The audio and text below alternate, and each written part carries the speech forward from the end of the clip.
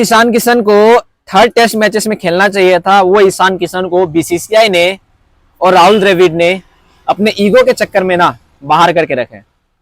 और ऐसा ये मैं नहीं कह रहा हूं, ऐसा फैन कह रहे हैं, जो इंडियन क्रिकेट टीम के फैंस है वो चीजें कह रहे हैं, जो ईशान किशन के फैंस है वो ये बातें कह रहे हैं कि राहुल द्रविड़ के जिद के चक्कर में ईशान किशन जो है वो इंडियन क्रिकेट टीम से बाहर है।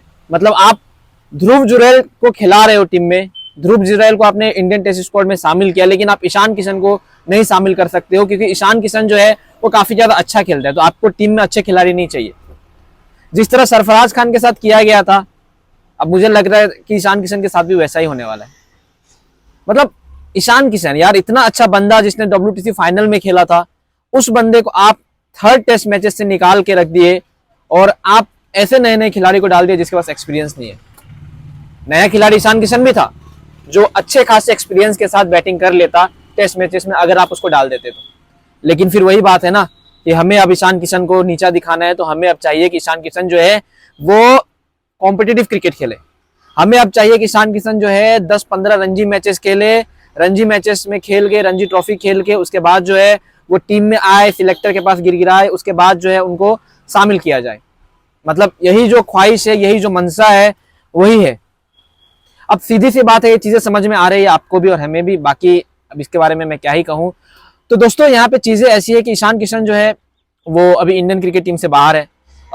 बीसीसीआई से उसने यहाँ पे परमिशन लिए थे कि उसको मेंटल फटीग हुआ था और उनको जो है बाहर कर दिया गया था। मेंटल फटीग के कारण जो ईशान किशन है वो बाहर हो गए थे, और आप कह सकते हो कि ईशान किशन जो है वो दुबई में पार्टी कर रहे थे, जिसके बाद जो है बीसीसीआई के किसी ऑफिशियल्स ने देखा, बाद में फिर ईशान किशन के ऊपर उसने गुस्सा किया।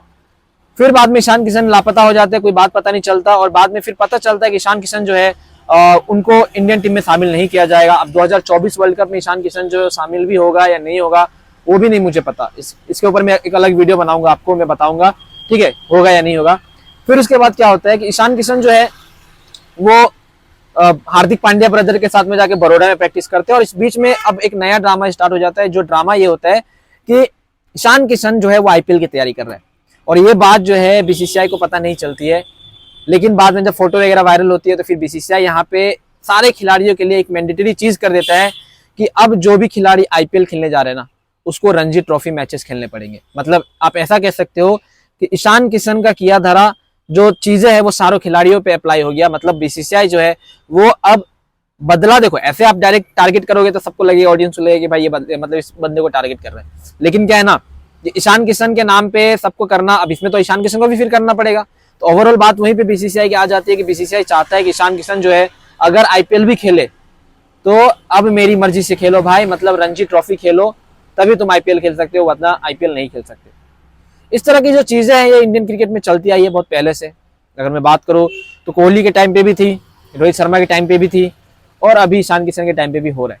बहुत सारे लोगों के साथ में बहुत सारी चीजें जो है हुई है, जो चीजें दबा दी जाती है। लेकिन अभी तो सोशल मीडिया का जमाना है भाई, यहाँ पे मतलब कुछ कुछ चीजें जो है उभर के आ जाती है।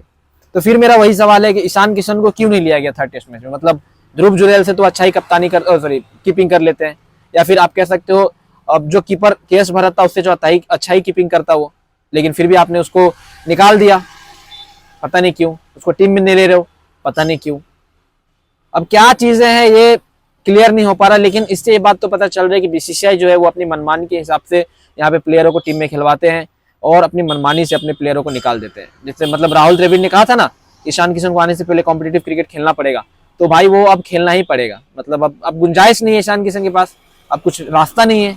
अब आप लोग कुछ भी कर लो, नहीं कुछ होने वाला। ईशान किशन को रणजी ट्रॉफी मैचेस खेलने ही पड़ेंगे, IPL खेलना है तो, और फिर बाद में बीसीसीआई की बात माननी ही पड़ेगी। और 2024 वर्ल्ड कप में ईशान किशन आएंगे नहीं आएंगे इसकी कोई गारंटी नहीं है। यहाँ पे बीसीसीआई कोई गारंटी नहीं दे रही है ईशान किशन खेलेंगे या नहीं खेलेंगे। जब स्क्वाड अनाउंसमेंट किया जाएगा तब देखना भाई, इस चीज पे जो हंगामा है वो काफी जोर शोर से उठेगा। तो दोस्तों इसके बारे में आप लोग क्या कहना है, आप लोग नीचे कमेंट में बताओ। मैं जनरली जानना चाहता हूँ आप लोगों का कमेंट कि क्या ईशान किशन जो 2024 वर्ल्ड कप में आने मतलब शामिल किए जाएंगे, या फिर ईशान किशन को शामिल नहीं करने का जो रीजन है वो क्या था। कमेंट करें, मैं कमेंट जनरली पढ़ना चाहूंगा आप लोग क्या लिखते हो इसके बारे में। और वीडियो को ज्यादा शेयर कर दे, जितने भी ईशान किशन फैंस है, बिहार के फैंस है, वो सब।